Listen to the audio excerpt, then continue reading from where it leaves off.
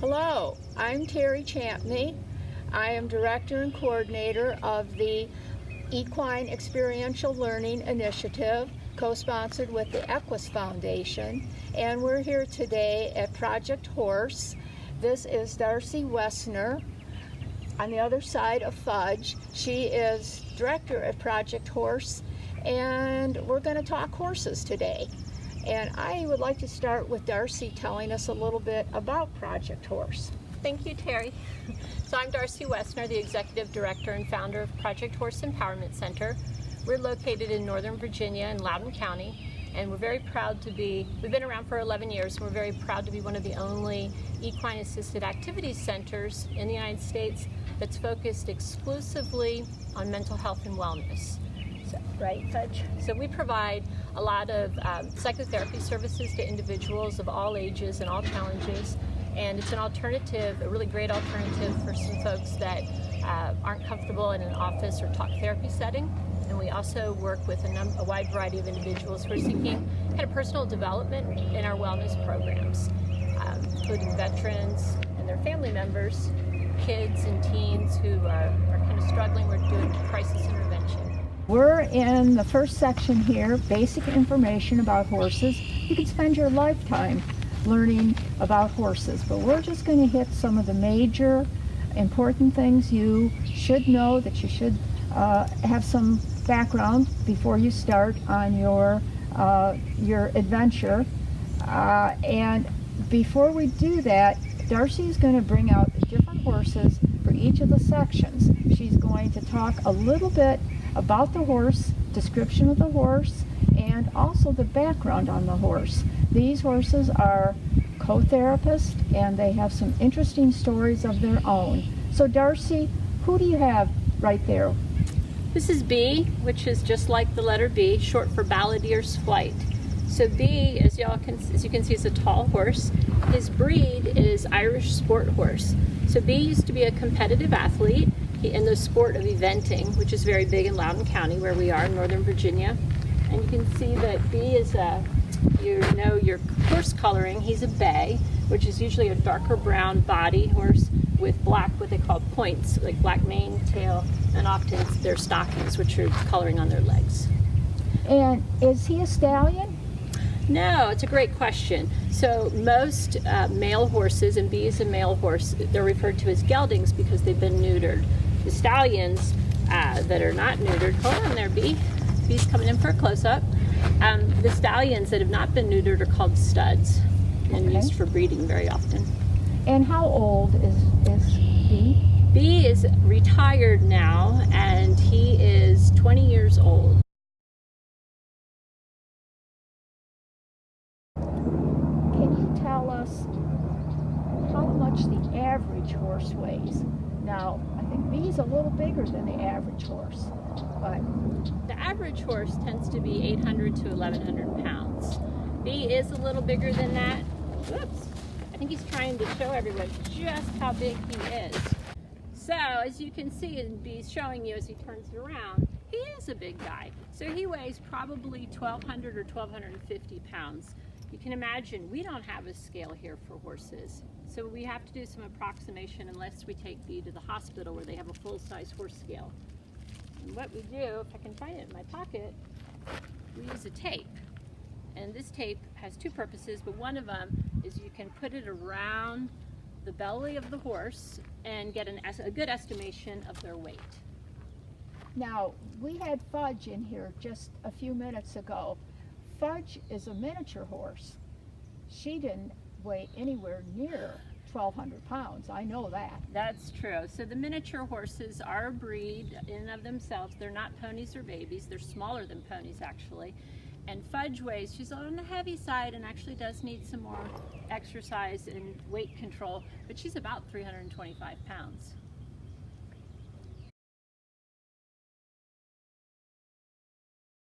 Now this is kind of an interesting question that came from a student. Why are horses measured in hands and not feet? Can you tell us that? Yeah, that's a great question.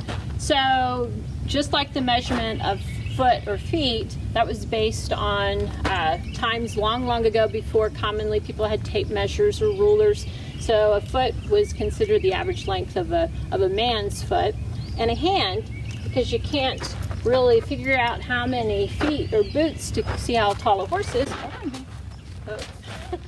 They use their hands, and on average, a man's hand was about 4 inches, several hundred years ago when they did this. And the way a horse is measured, unlike people, you don't try to measure how tall they are by seeing where their head is, because their head moves up and down. Instead, the highest fixed point on a horse is this kind of bump here at the base of the neck and at the front of the back, called the withers. So you measure a horse from the top of their withers down to where they stand on the ground. So long ago, you would take your hand, and that's 4 inches, and another hand with this kind of process, and you would count them, and that's how you would determine how tall the horse was, and it became just a standard measurement that we still use today. We often today now use this tape that I mentioned a little bit ago about measuring or guesstimating the weight, and on the other side of the tape you can use it almost as a tape measure from withers down to foot and estimate the height of the horse. B is about 16.3 hands. So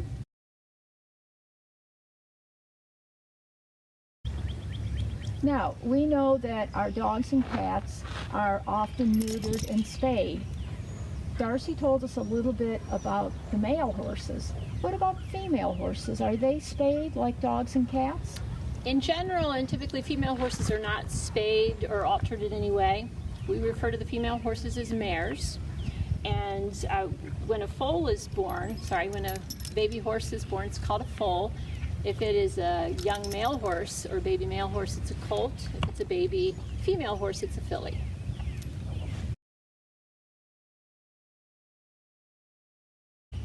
Darcy, how long do horses live? How old do they get? So horses, like B is 20 years old, so he's starting to inch into his senior years. But with modern kind of medication and medicine and nutrition, horses can now live, full-size horses, well into their 30s, and the miniature horses, the smaller breeds, can actually live even longer. Fudge, who was out here first thing this morning, she might live to her 40s.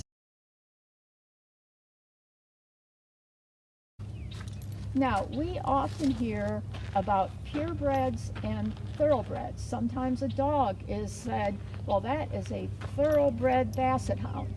So what is a thoroughbred and a purebred related to horses? So thoroughbred is a breed of horse, and we actually have a few in the barn. They make very good athletes. They're very great work ethic in general. They're very speedy runners. So it is a breed. Purebreds just refers to any breed that is not mixed with another breed. So there are a number of different breeds in the horse world, just like there are in the dog world and in other animal kingdoms.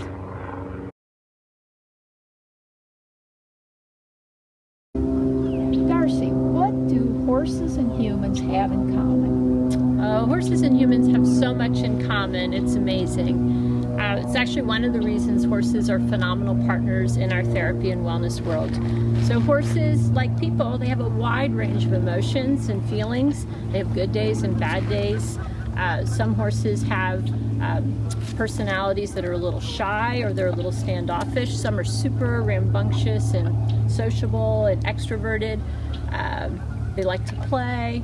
They really like social connections. They really like to spend time with each other, and they make really deep connections and bonds with one another and with people. And horses want to have their basic needs met. So once those basic needs are met, like having shelter and water and food, then they are free to play and sleep and just kind of be in the moment.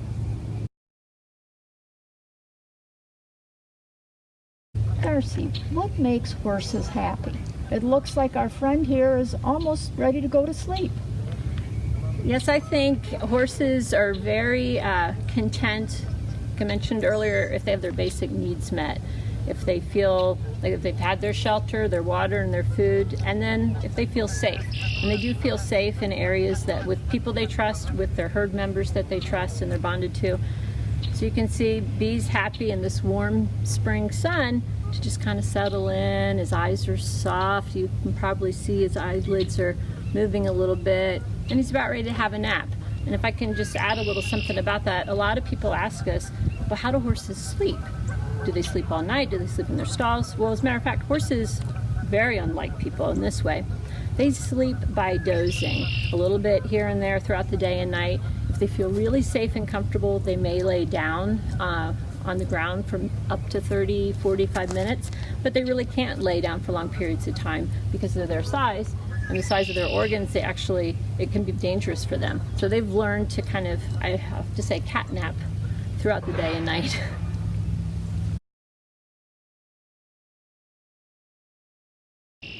Now, I know B at one time was a show horse. He was in the ring. He was turned out and shiny and braided. Now he is in a different career. He's a therapist. And I would like you to comment a little bit. I noticed there's some mud on him. And that's fine. He's natural. Can you just comment a little bit about his appearance? Sure. So B is going with the natural look these days now that he's retired.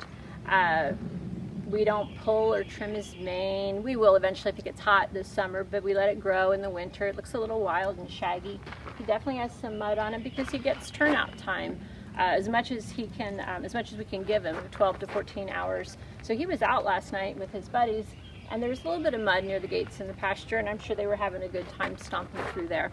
So horses, as therapy horses, one of the wonderful things is they get to be themselves. And I'm sure B enjoyed his eventing and showing days, but I don't think he enjoyed all the baths and all the clipping and all the braiding as much as he enjoys just being himself. Yeah, he's not wearing a suit now. He's right. in his sweatshirt and blue jeans, and he's having fun. That's right.